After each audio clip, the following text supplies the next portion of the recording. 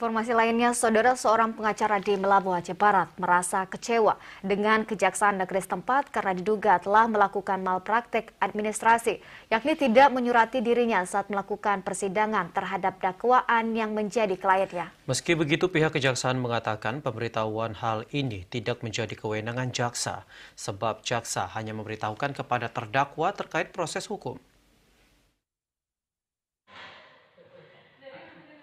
Prio Agung Sejati sebagai penerima kuasa atas tersangka M. Kadri dalam kasus tindak pidana pencurian yang saat ini sedang dalam pendampingan, merasa kecewa dengan Kejaksaan Negeri Aceh Barat karena tidak memberitahukan jadwal persidangan kliennya sehingga ia tidak dapat memberikan pembelaan terhadap terdakwa dalam kasus itu.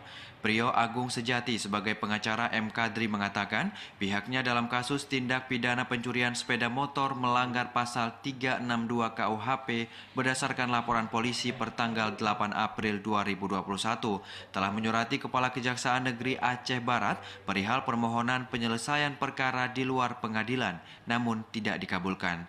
Sementara itu, Kepala Seksi Intelijen Kejaksaan Negeri Aceh Barat Abdul Hadi mengatakan terkait berkas perkara bukan kewajiban kejaksaan untuk memberitahu jadwal sidang atau berkas dakwaan kepada pengacara terdakwa.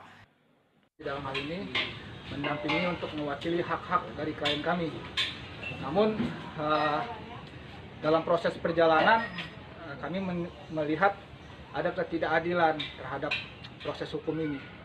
Yang pertama, yang mana peraturan dari Jaksa Agung nomor 15 tahun 2020 mengenai RJ itu sebagai pedoman oleh jaksa penuntut umum tidak diindahkan, tidak dilakukan.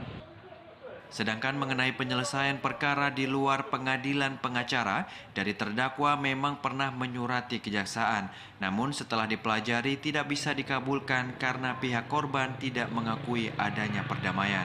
Dari Melabuh, Aceh Barat, Ashar TVRI melaporkan.